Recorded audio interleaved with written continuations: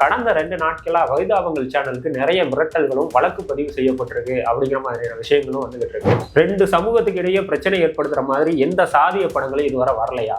அந்த சாதிய படங்களுக்குலாம் நீங்க இதுவரை ஏன் கேஸ் போடல? உங்களுக்கே தோணுதுன்னா அப்ப குற்றமுள்ள நெஞ்சு குருவு இருக்கா? சோ உங்க சமூக அமைப்புல உள்ளவங்களோ இன்னொரு ஜாதி கட்சியோட இன்னொரு சமூக அமைப்போட வீடியோக்கள்லையும் போஸ்ட்டுகள்லையும் கீழே போய் ஆபாச வார்த்தைகள் போடுறது இல்லையா? அது இன்னொரு சமுதாயத்துக்கும் இந்த சமுதாயத்துக்கும் நடுவுல பிரச்சனையை ஏற்படுத்தாது. அதையெல்லாம் நீங்க ஏன் கண்டிக்கல? எல்லா சமூகத்திலையும் படித்த அறிவாளியும் பண்பட்ட மனுஷனும் இருக்கதான் செய்யறா. இந்த மாதிரியான விஷயங்கள் பண்றவங்களும் இருக்கதான் செய்யறாங்க. அதனாலதான் எந்த ஒரு சமூகத்தையும் ஜாதியையும் குறிப்பிடாமல் கிளாரிட்டியாவும் தெளிவாகவும் எந்த ஒரு சமூகத்துக்கும் ஏற்றம் இறக்கம் இல்லாமல் கிளியரா சொல்லியிருக்காங்க.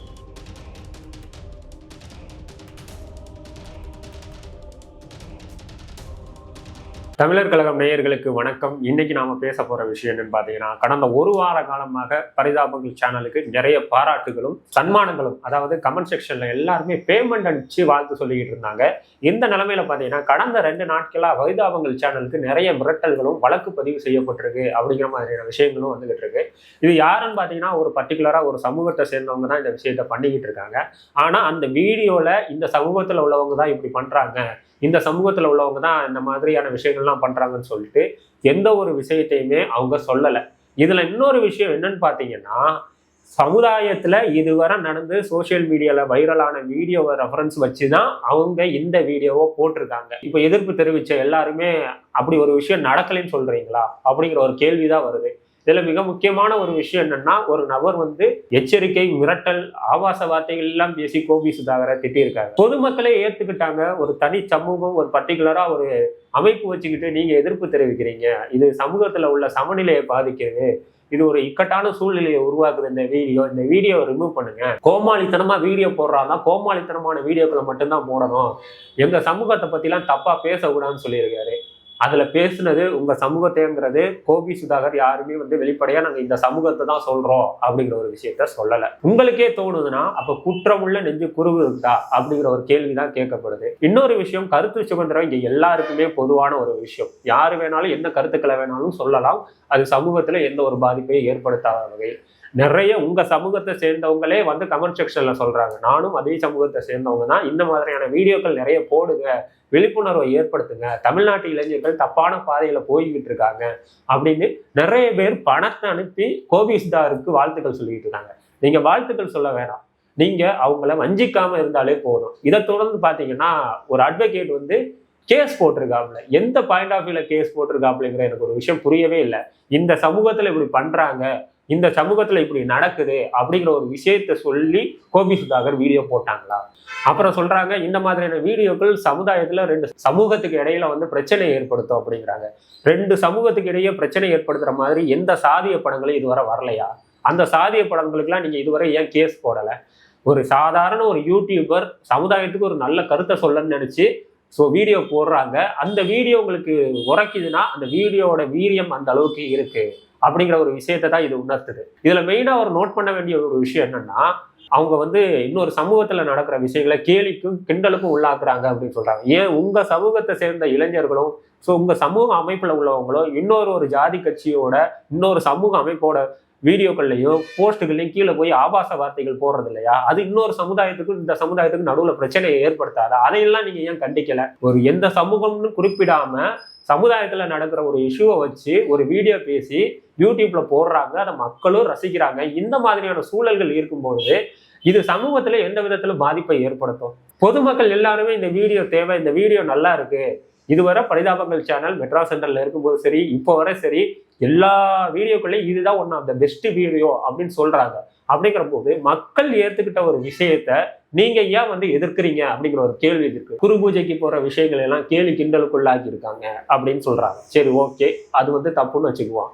ஒரு பொது இடத்துல அசம்பாவிதங்கள் நடக்குதா இல்லையா? பைக்கை வச்சுக்கிட்டு சவுண்டு போட்டுட்டு உங்க இளைஞர்கள் போறாங்களா இல்லையா? இந்த மாதிரியான கேள்வி எல்லாம் திரும்ப அவங்க கேட்டாங்கன்னா உங்கள்ட்ட பதில் இருக்குமா?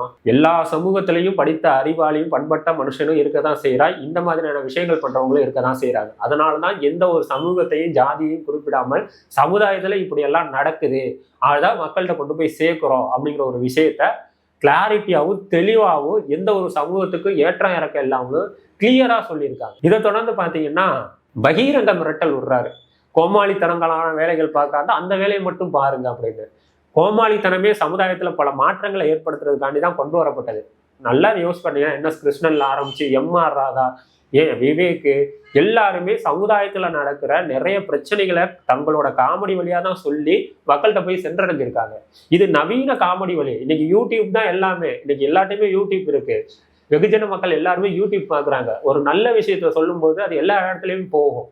ஏன் இதே யூடியூப்ல தன்னை ஓவர் எக்ஸாஜரேட் பண்ணி தான் தான் பெரிய ஆளு அப்படிங்கிற மாதிரி பேசுறவங்களையும் இந்த சமூகம் ட்ரால் பண்ணியிருக்கு. ஓவி சுதாகரும் ட்ரால் பண்ணியிருக்காங்க. சமுதாயத்துல என்ன விஷயங்களை மக்கள்கிட்ட கொண்டு போய் சேர்க்கணும், எதை தடுக்கணுங்கிறதுல உங்களை விட கோபி சுதாகருக்கு அக்கறை அதிகமாக தான் இருக்கு. இன்னொரு விமர்சனங்கள் வைக்கிறாங்க கோபி சுதாகர் மேல. முன்னாடிலாம் பொலிட்டிக்கல் சட்டையர் நிறைய பண்ணிட்டு இருப்பாங்க, இப்ப பொலிட்டிக்கல் சட்டையர் பண்ணல.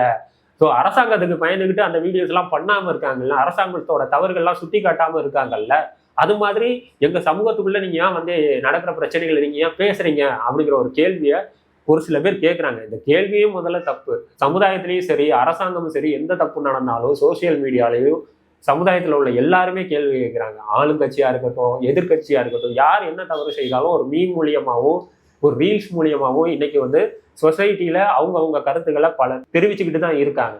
அதே மாதிரிதான் கோபி சுதாகரும் தெரிவிச்சுக்கிட்டு இருக்காங்க. ஏன் பொலிட்டிக்கல் சட்டையர் பண்ணல அப்படிங்கிறதுக்கான தெளிவான ஒரு விளக்கத்தையும் அவங்க கொடுத்துட்டாங்க. நாங்க ஒரு கட்சி சார்பா ஒரு கட்சியில நடக்கிற விஷயத்த நாங்க சட்டையரா பண்ணும் பொழுது அது வேற ஒரு கட்சிக்கு ரிலேட் பண்ணி போடுறாங்க. இதனால மற்ற கட்சியில உள்ளவங்களுக்கு இது தப்பா தெரியுது. சமுதாய பொறுப்பு எல்லாருக்குமே இருக்கு. எல்லாருமே அந்த ஒரு விஷயத்துலதான் இருக்காங்க. அதனால அதுல எந்த ஒரு மாற்று கருத்துமே இல்லை. கோபி சுதாகர் பொலிட்டிக்கல் சட்டையர் பண்ணவே மாட்டாங்கன்னு நீங்க முடிவு எடுக்காதீங்க. நாளைக்கு சமுதாயத்துல இப்ப நடந்த பிரச்சனைகள் மாதிரி ஏதாவது ஒரு பிரச்சனைகள் நடக்கும் போதும் அதுக்கும் கோபி சுதாகர் குரல் கொடுப்பாங்க. அதுல எந்த ஒரு மாற்று கருத்துமே இல்லை. ஆனா ஒரு சாதாரண யூடியூபருக்கு பகிரங்கமா சோசியல் மீடியால இவ்வளவு பெரிய மிரட்டல் விடுறது எந்த விதத்துல உங்களை ப்ரொஜெக்ட் பண்ணணும்னு நீங்க தான் முடிவு பண்ணணும். ஏன்னா உங்க சமூகத்தை சேர்ந்த நிறைய இளைஞர்களும் நிறைய மக்களுமே கோபி சுதாகருக்கு ஆதரவா இருக்கும் பொழுது நீங்க தனி அமைப்பை வச்சுக்கிட்டு அந்த அமைப்புல இருந்து எதிர்ப்பு தெரிவிக்கிறீங்கன்னா உங்களோட மனநிலையை இன்னும் வெட்ட வெளிச்சம் போட்டு காட்டுது இந்த விஷயங்கள். இது மாதிரியான விஷயங்களை மக்கள் தெளிவா புரிஞ்சுப்பாங்க. கோபி சுதாகர் பண்ண இந்த ஒரு வீடியோக்கள் ரிமூவ் பண்ணணும், அந்த சேனலே தடை பண்ணணும் அப்படிங்கிற ஒரு சில விஷயங்கள் எல்லாம் அந்த அட்வொகேட் சொல்லியிருந்தாரு. நான் மெயினா ஒரு சில கேள்விகள் கேட்குறேன். சமுதாயத்துல பிரச்சனையை உண்டு பண்ற மாதிரி எத்தனை படங்கள் வந்திருக்கு, அந்த படங்களை தடை பண்ணணும், அந்த டைரக்டா தடை பண்ணணும்.